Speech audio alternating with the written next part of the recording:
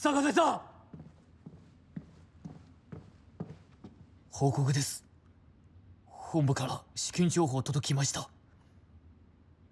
天皇陛下が無条件に降伏をなされました。本部は我々にすぐに軍事行動をやめ、部隊と軍事整備をそのままにするように命じました。3日後、式が行われます。その時に正式に中国軍に降伏すると。畜生！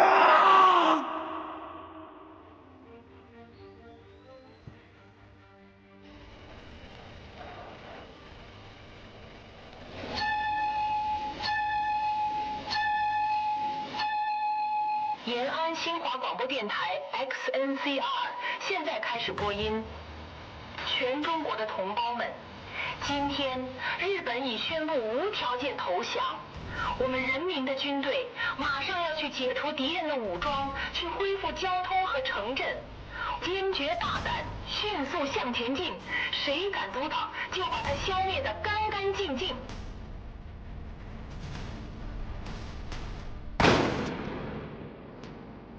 听着日寇投降的消息，心里又酸楚又敞亮。这是我们凭着血肉，用一条条生命换来这个得之不易的胜利。又有多少同志没能等到山河中王？牺牲的战友们，我将用一辈子来记着。报告司令，贺师长到了。 李司令，大英雄，胜利了，终于胜利了，胜利了，我们要彼此祝贺呀！是。哎，报告首长，李志信向您报道。小狼崽子，我可早就想见你了，没想到上次一别，我们隔了这么多年。这次挫败嵯峨，你立了大功，我已经通知炊事班做点好吃的，好好犒劳犒劳你。 谢谢首长，我只是做了我应该做的，不敢贪功。这个傻小子，你首长说什么就是什么，是，虚头巴脑的。什么师傅带什么徒弟，你也这德行，别说别人，是吗？走，哎，我来。哎呀，我知县拿个椅子，你也过来。是，来坐。替你们带的板栗甜得很啊！来，先垫垫肚子。坐呀，首长先坐。嗯。哎，坐，真是甜啊！真的甜，尝尝。哎，你说啊，这把小日本子赶走了，以后这北平的卤煮、南京的板鸭、广州的海鲜，咱们要想吃，不就坐火车随时就可以去了吗？啊，这日子我想着就美。知县，到。 听出来没有？你们这个贺师长啊，还是个老饕，哎，不是头饿狼。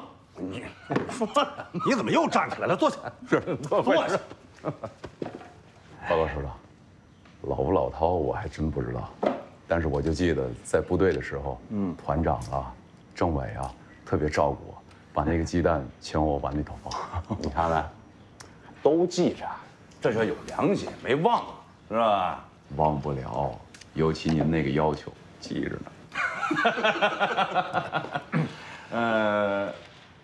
对了，你不是有事儿要问李司？你这帮我干什么？我跟你说，来的时候啊，跟我说，哎呀，师长，我这说还是不说呀？我说你说呀，你这一定要说，说。你看看，两个在战场上奋勇杀敌的大英雄，到了我这儿怎么娘娘唧唧的？有什么话就说，有什么问题就问。是首长。 我就是想问问您，您还记得吗？当年在培训班，您跟我说过，毕业以后你得跟着我。我答应我们团长了，毕业以后我得跟他走。军人以服从命令为天职，以后就跟着我吧。我说过这话？哎，李大炮，不是你现在是当了首长了，你不能是说话不算数吧？我们是信实声。成了你老小子啊！ 别从这儿得了便宜还卖乖！我挖了你的墙角，你不得天天到我这儿哭爹喊娘来？你这啥意思？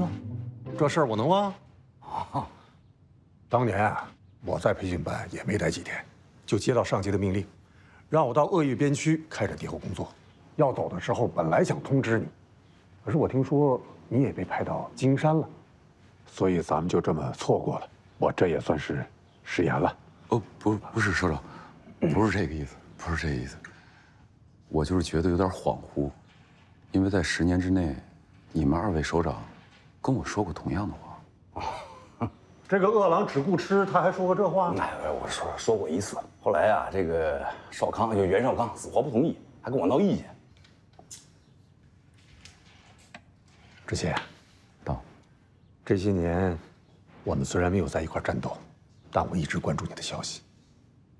我知道，你被派到金山以后，打了不少胜仗，当然也受了不少伤。在与嵯峨这一战，还没了一个孩子。这些年，你为了胜利，做出了很多的贡献和牺牲。我没帮上你什么。不会，首长。您千万别这么说。实不相瞒，首长，就是您那几句话，一直鼓励着我。而且说句心里话，自打我加入部队起，作为一个军人，我早就做好了牺牲的准备。您刚刚说，我身上那些伤，其实都没什么，就是我那个孩子吧，我就觉得挺对不起我爱人的。知县，湘军同志呢是个好同志，我相信他也不会怪你的啊。或许，这就是我们作为军人的无奈吧。终归是亏欠家人，但我们能为他们做的，就是保天下太平。这太平的日子也撑不了几天。这日本人刚刚投降，国民党就蠢蠢欲动，内战在即。我们在鄂豫边区孤悬敌后，独自撑起武汉外围的抗战，挑战不小啊。怎么？中央有新指示了？没错。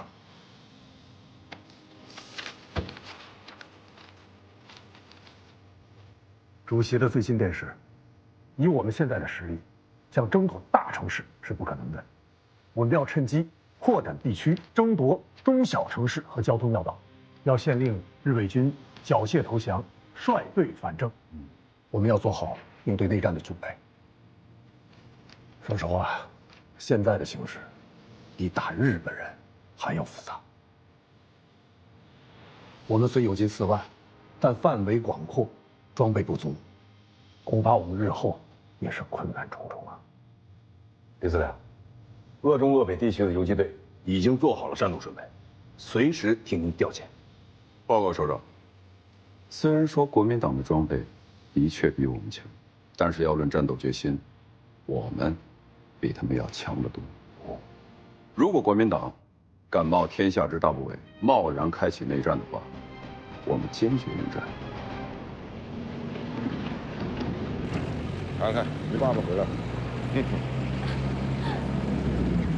快去！哎，儿子，祖啊，小荣，长官，您大驾光临，怎么也不提前通知一下？属下诚惶诚恐啊！不要客气嘛，我是带着抗日功臣的家属来慰问抗日功臣来了。祖啊，陈长官啊，非要亲自去接我们娘俩，让我们坐他的车，结果宗佑在车上一直在闹，长官都没有怪罪，谢谢长官啊。有什么好谢的？宗佑这孩子太聪明了，我喜欢。啊，香荣，你带着孩子在军营里多住些天，好好陪陪祖。他这一阵子打仗太辛苦。都是长官的台，这都是祖王分内之事。陈长官、祖王，你们先聊，我带孩子去玩玩。啊，好。走，咱们去看摩托车。好。你是立了大功的，校长发了嘉奖电，钦点你为师长，授少将军衔。电报应该很快就要收到。感谢校长和长官的提携。以前在雪橇身边被梁威压着，实在是委屈。这次是你大展手脚的好时机，再接再厉，你的大好前程全在后头。一定不辜负校长和长官对我的期待。有你们在后方支持，我这心里踏实多了。要打好这场硬仗，要运动战和常规战相结合，才能解决问题。我已经建议中央在大别山的西部、桐柏山的东部建立根据地。八路军南下2梯队已经进驻边区，帮助我们控制山地，为我们调整队伍争取时间。你们下面要做的，就是要保全根据地，做好一切准备，应对战争。是。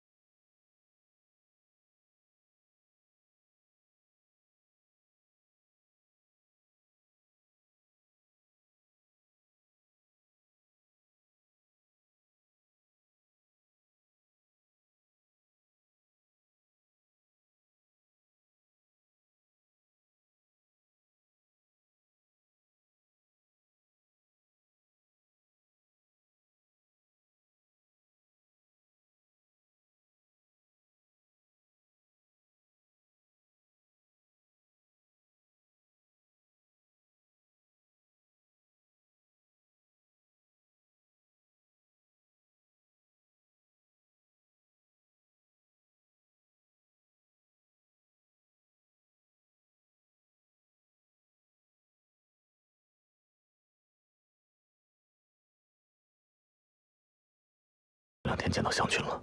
啊？你在哪儿见到他的？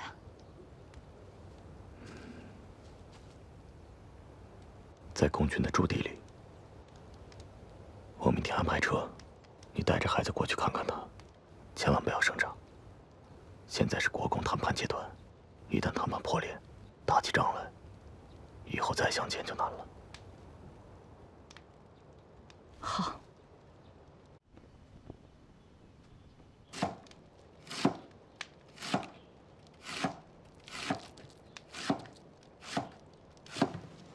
多放点馅儿啊。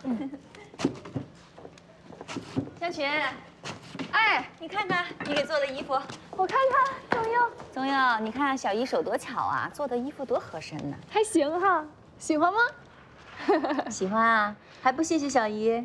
谢谢小姨，不客气。亲小姨一个。哎，真乖。来，让红梅阿姨带你去玩，去，走去吧。红梅阿姨带你去画画，小心点啊。阿姨，你们这里怎么有汽车和大炮啊？汽车和大炮啊，以后会有的。湘群，湘群，你看，你跟知信还都年轻，赶紧趁年轻再要一个。哎，对了，姐，我听说你和姐夫要去武汉啊。哦，是啊，武汉还是条件好一些，而且生活起来也方便嘛。我最近听重庆太太圈的人议论，有很多地方的国民党军队也开始频繁调动了，国共之间摩擦不断，国军里有一些人在背后搞小动作，希望逼退共产党。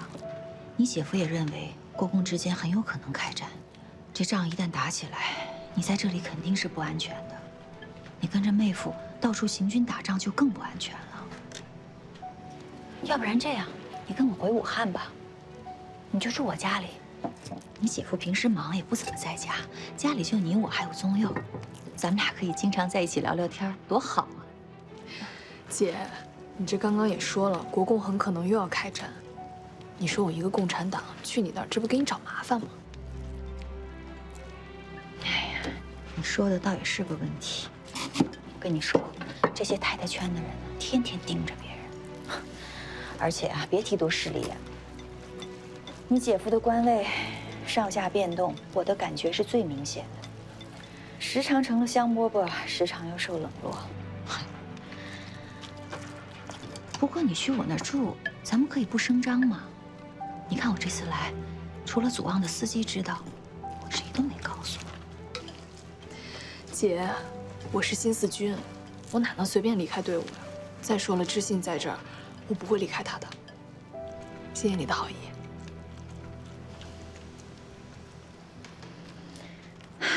哎，你尝尝这馅儿，味儿怎么样？闻一下。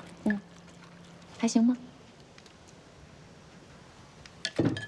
哎，怎么了？啊，没事吧？啊？哎呦，这馅儿是不是坏了呀？什么东西？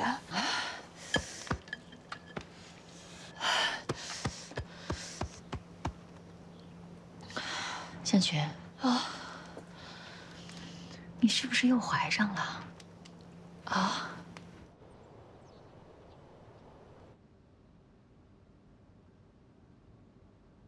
希望归党军队让出鄂豫皖地区，在后方有很多土地供你们使用发展，你们可以挑一块呢。何必固守鄂豫皖地区？陈军长，我们两党领导人在重庆的和谈已经过起劲儿了。我党呢，为了实现和平，已经做出了最大的让步和努力，主动提出可以撤出南方8个省区的军队。而你党呢，还在坚持什么所谓的政令、军令统一的借口下，让我们取消人民军队和解放区政权。今天又让我们让出鄂豫皖根据地。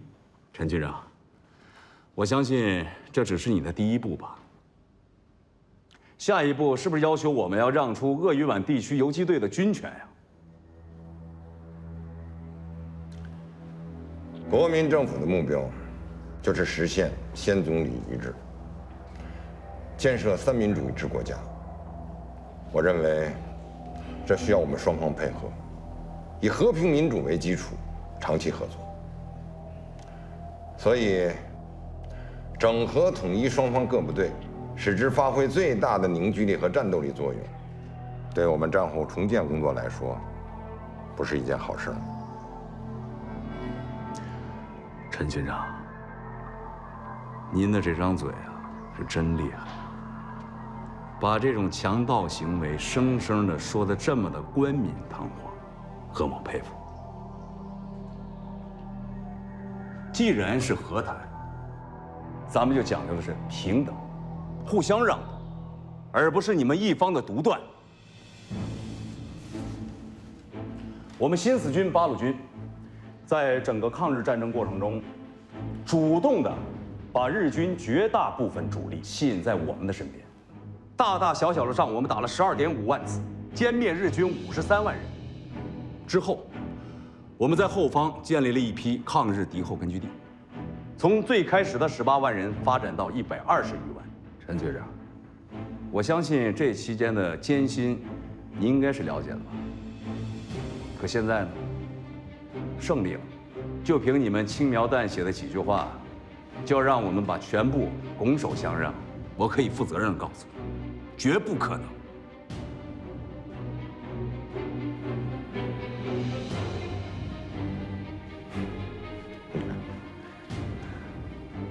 我理解贺师长保护归党军队之心切，但是，我刚才说的话，就是我方的态度。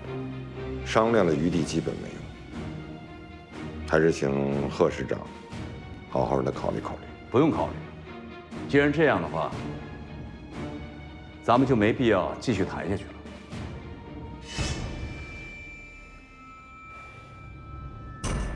凭什么？啊？啥凭什么？武汉呢？武汉咋了？咱好不容易把小鬼子赶出去了，现在国民党把武汉给占了，咱眼睁睁看着。哎呀，这么多年了，这国民党在背后里突然捅刀子，不是一次两次了。你说咱们经历的还少吗？这国共合作的下一步发展形势啊，还不明朗。这古人语，这卧榻之侧呢，岂容他人酣睡？这离得越近越危险，离远点，好事儿。那也就是说，咱们现在不是出手最好的时机。对。你分析的还挺有道理啊。我分析啥呀？志信哥说的。啊。他说，哎，他怎么没跟我说过这话呀？你呀，下次开会专心点啊。那大哥说没说咱们到底会不会跟国民党开战？他说啊，以眼下这个形势来看，双方开战的可能性越来越大，所以啊，咱们得做好各项准备。做好准备。做好准备。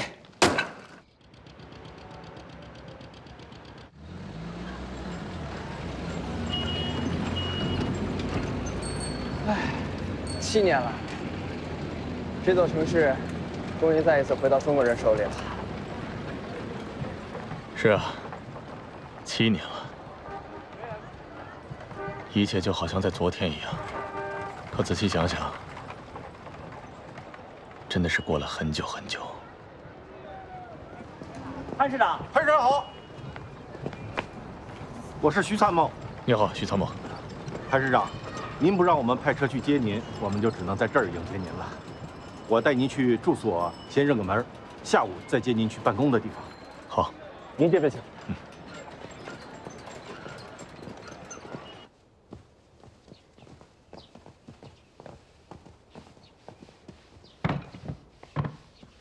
连长，连长，哎，连长，好。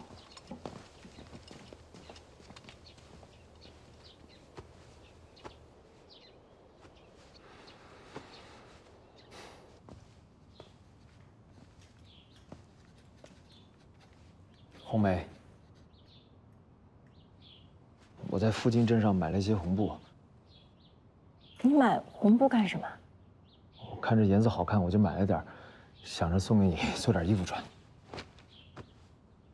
我穿红衣服不好看，你还是拿回去吧。我之前见过你穿红衣服，挺好看的。再说了，我这拿回去给谁啊？你还是收下吧。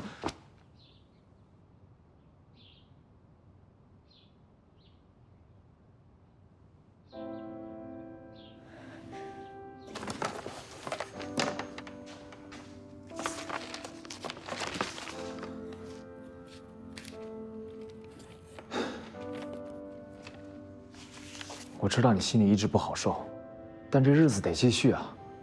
咱们每个人不都得好好生活下去吗？是不是？我看到你不高兴，我心里也难受。你总不能这样一辈子吧？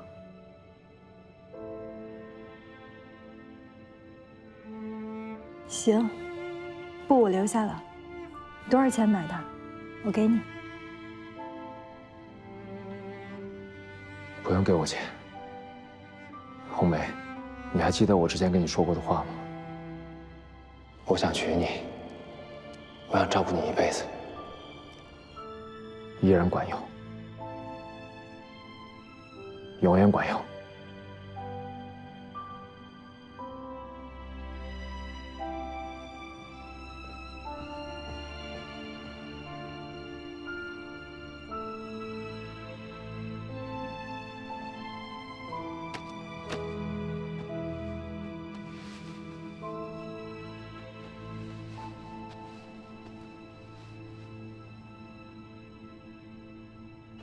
我奉命先进入武汉，负责接收工作，已经工作快1个多月了。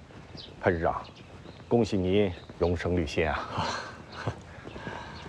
啊，潘师长，这里就是给您安排的住所。这栋房子是安排给我的。是啊，就等您搬进去了。原来的主人的东西基本都搬空了，事务处又重新修整和粉刷了一下，您和家人随时可以入住。这是钥匙，您拿好。好。那潘师长没别的事，我先走了。辛苦了。不辛苦。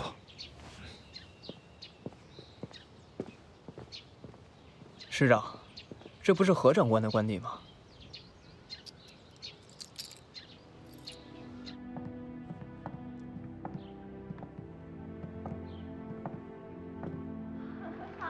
祖望，我以前来过这个房子很多次，但是怎么都没想到有一天，我们全家会搬进来。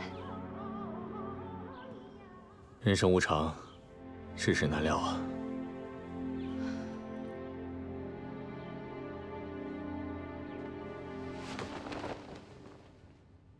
胡了。听说嫁给潘苍龙之前是个被退过婚的二手货。我已经安排小新去置办新家具了，你就不要再操心劳累了。不，我就希望这个房子跟以前的一模一样。我还邀请回到武汉的朋友到咱们家里来，一起吃顿饭。好，都听你的。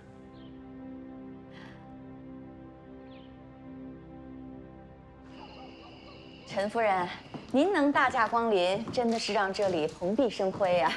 向荣，跟你说了多少次了，叫大姐，那我就不要客气了嘛。好，大姐。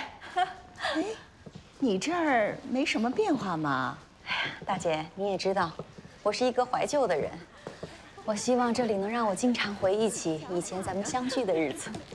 来，大姐，里面请。好，陈夫人到了。陈夫人到了。您请上座。我不能坐这儿，我坐边上就行。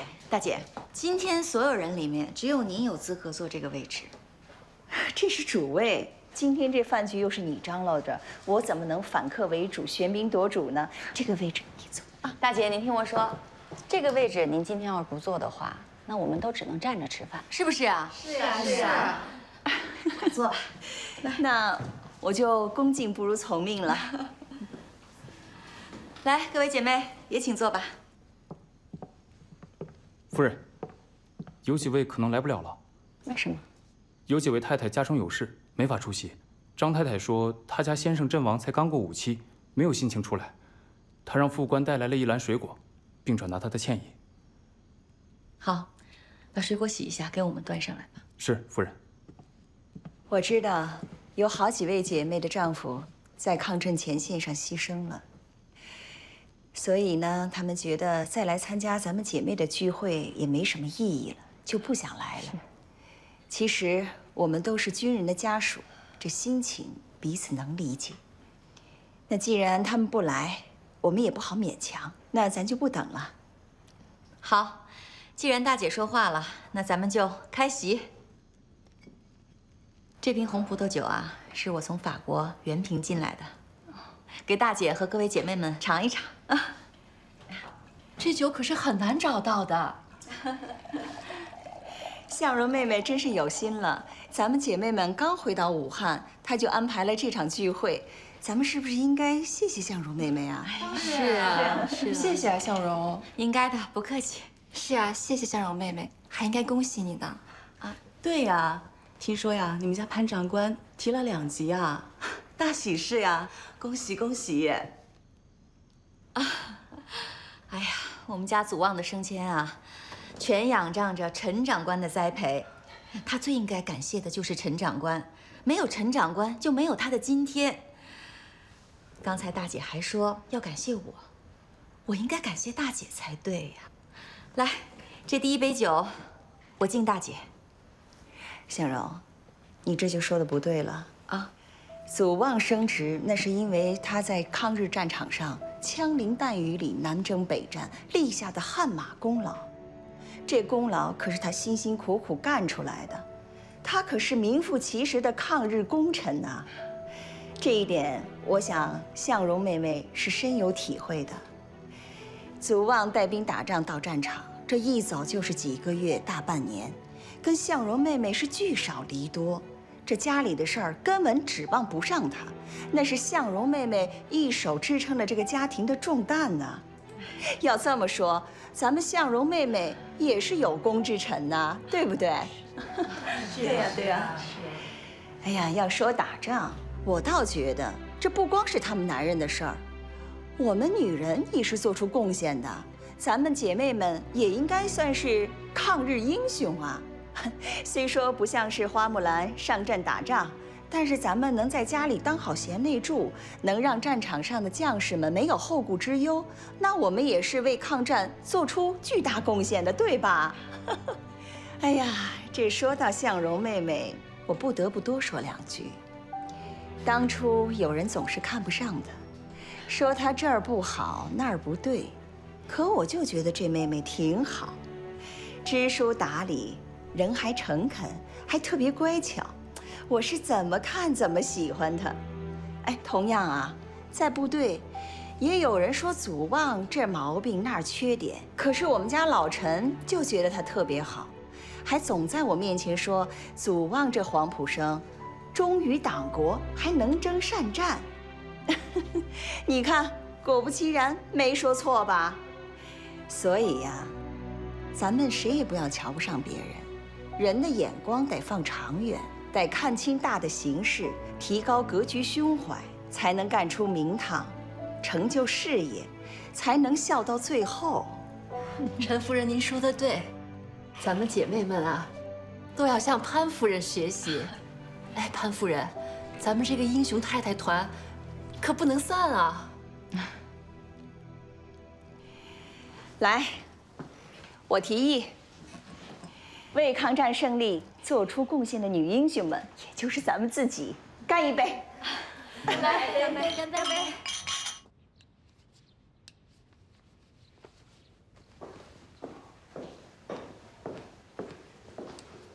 夫人，潘太太来了。姐。呀！哎呀，香蓉，香蓉，你怎么来了呀？我来看看你呀，这是我给你带的一些补品。哎呦，客气了，客气了。刘妈拿下去吧。哎，赶紧拿下去。来，快来坐下，坐下，让我好好看看你。怎么样？最近好不好啊？我挺好的。你说咱们都多久没见了？是啊，姐，你还好吗？我挺好的。那何老师呢？何老师怎么样？身体好吗？好。你们何老师啊，虽然是升官了，但是没有实际的军权了。这家里面来的人呢，也越来越少了，真是门前冷落车马稀呀。不过也挺好的，落得个清净。姐，何老师这是上班去了？啊，天天净管些闲事，还是每天要去的。师长，老师，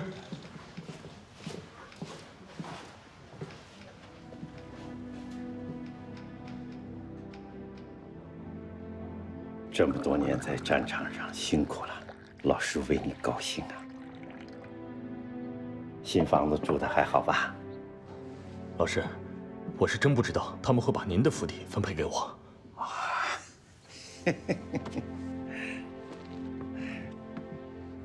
陈母亲看在劳苦功高的份上，算是对你的一个奖励。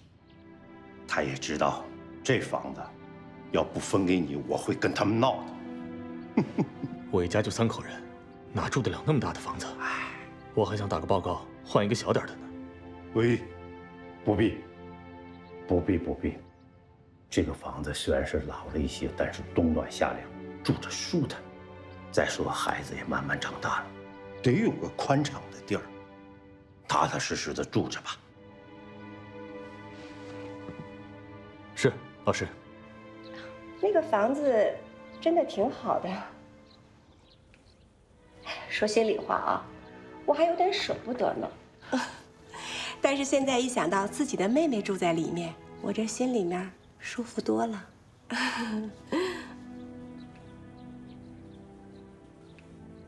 姐，我是这么想的，等我把那个房子再收拾收拾，我接您过去住几天，咱们姐妹俩聊聊天，叙叙旧。我再把那帮太太约来，陪您一起打打牌，怎么样？使不得的，使不得的。夏蓉啊，你能有这份心，我已经很感动了。你跟祖望的心意，我也领了。可是有一点你要明白，你们祖望现在已经是将官了，正是受重用的时候。那个房子呢，地处闹市，特别的招人眼。我和你何老师要是搬回去住，那不得遭人非议呀。对了，还有一点我也要提醒你，不要给人家感觉我们过于亲密，有些人看了会不高兴的。我们雪乔老了，她倒是无所谓的，要是影响了你们祖望的前程，那可就得不偿失了。陈慕清是个笑面虎，他又是委员长的心腹，现在你在他手下当师长，言行举止一定要慎重。你性子直，优点是易被人信任，但是你一定要明白，不是所有的真心都能换来真心，否则就会吃大亏，栽跟头。谢谢老师的忠告。你的意思我都明白，你是为我们好。不过呢，何老师和祖望他们是师徒关系，这是所有人都知道的，这怎么回避啊？怎么忌讳啊？再说了，尊师重道那是天经地义，背叛师门，岂不是成了不忠不孝了？所以呀，我们才不听那些外人的闲言碎语呢。来。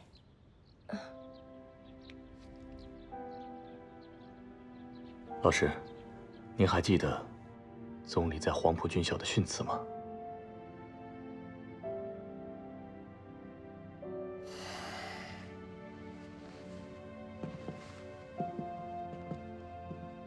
三民主义，吾党所宗，以建民国，以尽大同，自尔多士，为民前锋。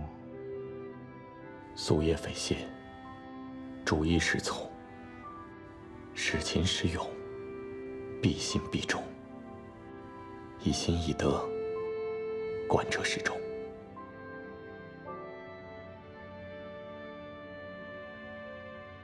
这么多年，学生一直不敢忘记孙总理的训诫，也一直恪守老师在黄埔军校对我的教导，为人处事，学生愚钝，只因为我想恪守一个军人的本分。好，真好。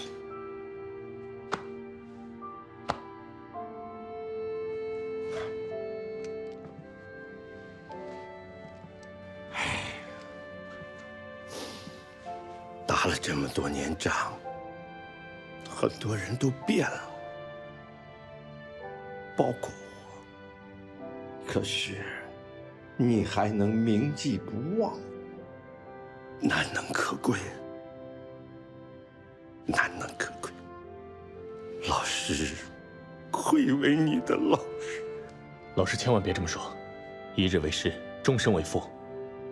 我永远尊敬您。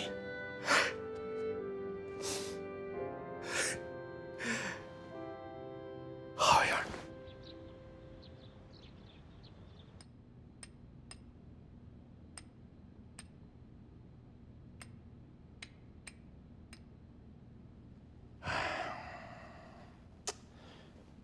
有这个必要吗？这个跟共军这仗打还是不打还没定下来呢。现在就制定这么详尽的作战方案，是不是有点纸上谈兵了？现在确实有不少人在说，国共是兄弟俩，如果发生内战，就是兄弟之间手足相残，兄弟俩，哥哥和弟弟，这个比喻很形象嘛。据我所知，在咱们湖北就有兄弟俩，咱们的潘师长和共军京山游击大队大队长、军分区司令员李志信，不光是兄弟连襟，而且还是从小长大的同乡，可以说是知己知彼。潘师长，那你就说说，下一步这仗要不要打？要是打，应该怎么打？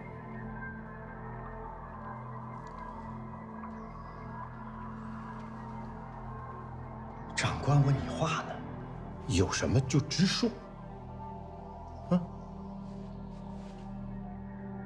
报告长官，祖望，和我部全体将士已经做好了各方面的准备，随时可以跟共军决一死战。刚才听了长官的计划，非常周密，按照您的计划执行，定能够将共军击溃。只是我方可能也要承担一定的损失。共军绝非砧板上的鱼肉，他们的战斗力很强，尤其是您提到的李志信。